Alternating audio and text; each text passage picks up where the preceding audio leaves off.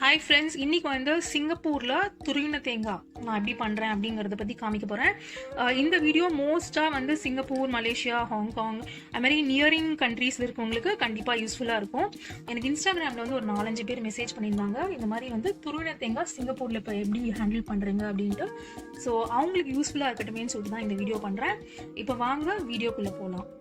So இது வந்து தாய்லாண்ட்லேருந்து வர கோகோனட். இது வந்து எல்லா ஷாப்ஸ்லேயும் கிடைக்கும்.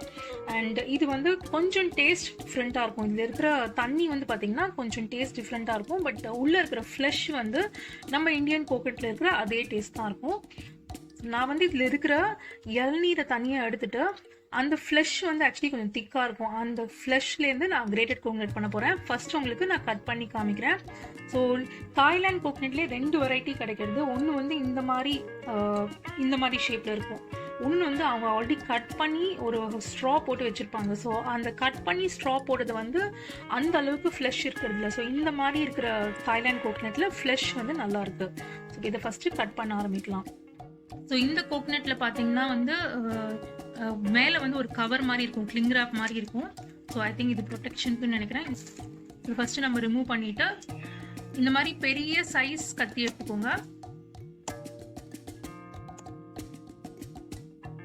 இது வந்து கட் பண்ணுறது ரொம்ப ஈஸி, ரொம்ப டெண்டர் ஃப்ளஷ் தான். பட் கத்தி மட்டும் பெரிய சைஸ் வேணும். சின்ன கத்தியிலே இது வர மாட்டேங்கிறது. ஸோ இது பார்த்தீங்கன்னா இப்படி தான் இருக்குது.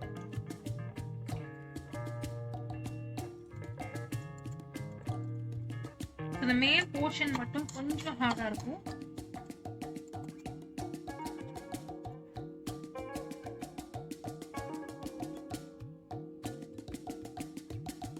ஸோ இந்த இளநீரை நம்ம வந்து ஒரு பாட்டில் ஊற்றிடலாம்.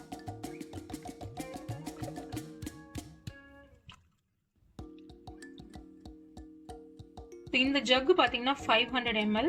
ஸோ ஒரு தேங்காய்க்கு நமக்கு வந்து 500 ml தண்ணி கிடைக்கும். இப்போ வந்து இதை பாதியாக கட் பண்ணி அந்த ஃப்ளஷை நம்ம பார்க்கலாம். ஸோ நடுவில் இந்த மாதிரி வெட்டிக்கோங்க.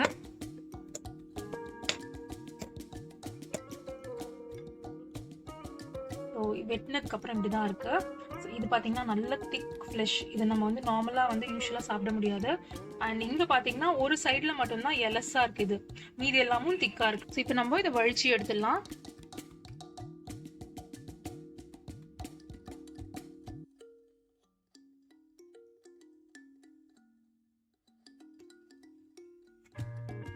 ஸோ இது மாதிரி திக்காக இருக்கிறது வந்து ஒரு ஸ்பூனால் நம்ம வழிச்சு இந்த மாதிரி ஒரு எவர் சில்வர் பாக்ஸில் போட்டுடலாம்.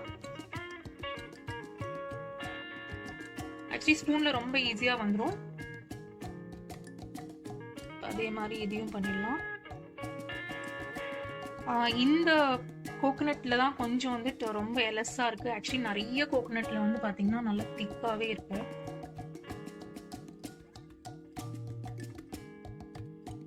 இது என்ன முடிஞ்சிருக்கு. இப்போ இதை என்ன பண்ணணும்னா நம்ம வந்து ஃப்ரீசர்ல போடணும். நான் ஆல்ரெடி வந்து ஒரு பேட்ச் வந்து ஃப்ரீசர்ல போட்டு வச்சிருக்கேன், அது உங்களுக்கு இப்போ காமிக்கிறேன். இது வந்து ஃப்ரீசர்ல போட்டது. இது பாத்தீங்கன்னா நல்லா திக்கா இருக்கு. ஸோ இது வந்து ஒரு தேங்காயில போன வாட்டி எடுத்த தேங்காயில கிடைச்சது. ஸோ இதுக்கும் பார்த்தீங்கன்னாலே குவான்டிட்டி வந்து இதில் நிறைய இருக்கு. சில தேங்காய் வெரைட்டியில் கொஞ்சம் கம்மியாக இருக்கும், அவ்வளோதான். பட் முக்கால்வாசி தேங்காய் வெரைட்டிக்கு இந்த பாக்ஸ் சைஸில் கிடைக்கும். ஸோ இந்த மாதிரி எடுத்ததுக்கப்புறம் ஃப்ரீசரில் வந்து ஒரு 8 hours போட்டிங்கன்னா இது மாதிரி நல்லா ஹார்ட் ஆகிடும். இதை நம்ம மிக்சியில் போட்டு திருப்பினோம்னா நமக்கு வந்து தேங்காய் துருவல் ரெடி ஆகிடும். இப்போ நான் உங்களுக்கு பண்ணி காமிக்கிறேன். முக்கியமான பாயிண்ட்டு, ஃப்ரீசர்லேருந்து எடுத்த உடனேவே இதை நம்ம மிக்சியில் போட்டு அடிச்சிடணும்.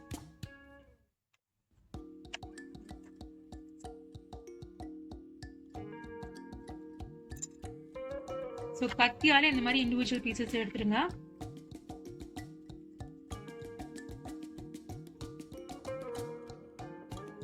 இந்த கடைசி பீசஸ்லாம் ஈஸியாக கையில் எடுத்துடலாம். இப்போ இதை வந்து மிக்சியில் போட்டு திருவிக்க வேண்டியதான்.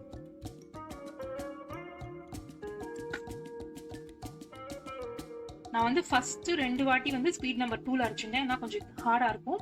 3rd டைம் வந்து ஸ்பீட் நம்பர் 3ல அரைச்சிருந்தேன். எப்படி இருக்குன்னு பார்க்கலாம். பாருங்க, நல்லா பொரிச்சிடுச்சு. உங்களுக்கு இன்னும் கொஞ்சம் பொரிப்பு வேணா இன்னொரு வாட்டி கூட அரைச்சிக்கலாம். நம்ம இன்னும் ஒரே ஒரு வாட்டி அரைச்சிக்கலாம். ஸோ நம்ம தேங்காய் வந்து இப்படி எடுத்து காமிக்கிறேன்.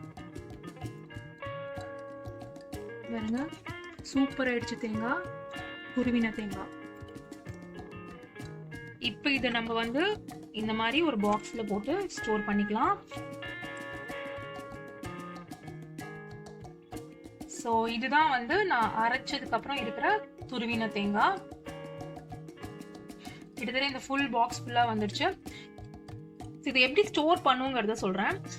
ஒரு சாய்ஸ் வந்து இந்த மாதிரி எவர்சிலர் ஒரு டப்பாவில் போட்டு ஃப்ரீசரில் போட்டுடலாம். இது வந்து ஒரு 1 மந்த் வரைக்கும் நான் ட்ரை பண்ணியிருக்கேன், எந்த ப்ராப்ளம் இல்லை. ஸோ ஃப்ரீசரில் போட்டு ஒரு 3 ஹவர்ஸில் நல்லா இது வந்து ஹார்ட் ஆகிடும், ஒரு ராக் மாதிரியே இருக்கும். ஸோ நம்ம யூஸ் பண்ணுறதுக்கு 15 or 20 மினிட்ஸ் முன்னாடி வெளில எடுத்து ரூம் டெம்பரேச்சர் கொண்டு வரணும். எவ்வளோ வேணுமோ அதை எடுத்துட்டு திருப்பி பேலன்ஸ் ஃப்ரீசரில் போடணும். இது வந்து ஒரு டைப் ஆஃப் யூசிங். இன்னொரு டைப் வந்து நான் ஒவ்வொரு வாட்டியும் ஃபுல் டப்பா எடுக்க வேணாம், எனக்கு வந்து எவ்வளோ வேணுமோ அதை மட்டும் எடுத்தால் போதும் அப்படின்னு நினைக்கிறவங்க இந்த மாதிரி சிலிக்கான் ஐஸ் கியூப் ட்ரேல நீங்கள் ஃபில்அப் பண்ணிட்டு வரலாம். ஸோ நீங்கள் யூஸ் பண்ணுறதுக்கு முன்னாடி உங்களுக்கு எவ்வளோ வேணுமோ அந்த கியூப்ஸை நீங்கள் வெளில எடுத்துக்கலாம். பட் இதில் வந்து நீங்கள் வந்து கண்டிப்பாக ஒரு பிளாஸ்டிக் ஷீட்டை போட்டு தான் மூடி வைக்கணும். 3வது ஆப்ஷன், என்கிட்ட இந்த மாதிரி சிலிக்கான் ட்ரேலாம் கிடையாது, நான் எவர் சில்வர்லையும் வைக்க மாட்டேன் அப்படிங்கிறவங்க பிளாஸ்டிக் கவரில் போட்டு வைக்கலாம். ஆனால் பிளாஸ்டிக் கவர் நான் சஜஸ்ட் பண்ண மாட்டேன். ஏன்னா வந்து நீங்கள் இதை ஃப்ரீசரில் போட்டதுக்கப்புறம் இது நல்லா ஹார்ட் ஆகிடும். ஸோ என்ன ஆகும்னா நீங்கள் எடுக்கும்போது கொஞ்சம் அந்த பிளாஸ்டிக் பீசஸும் இதோட சேர்ந்து வரும். ஸோ அதுக்காக தான் நான் வந்து பிளாஸ்டிக் வேணான்னு நான் சொல்கிறது. ஸோ இதுதான் வந்து நான் துருவின தேங்காய்க்கு இப்போ பண்ணுற நான் ஆப்ஷன். இது நான் ரொம்ப நாளாகவே பண்ணிட்டு இருக்கேன். இன்ஃபேக்ட் நான் எப்போல்லாம் வந்து இளநீர் வாங்குறேனோ அப்போல்லாம் நான் அந்த மாதிரி எடுத்து வச்சுருவேன். ஸோ இப்போ வந்து ரொம்ப ஐடியல் டைம் அப்படிங்கிறதுனால உங்களுக்கு நான் அதை காமிக்கிறேன். உங்களுக்கு இந்த வீடியோ யூஸ்ஃபுல்லாக இருந்திருக்கும்னு நினைக்கிறேன். உங்களை சீக்கிரம் இன்னொரு வீடியோவில் சந்திக்கிறேன். See you soon.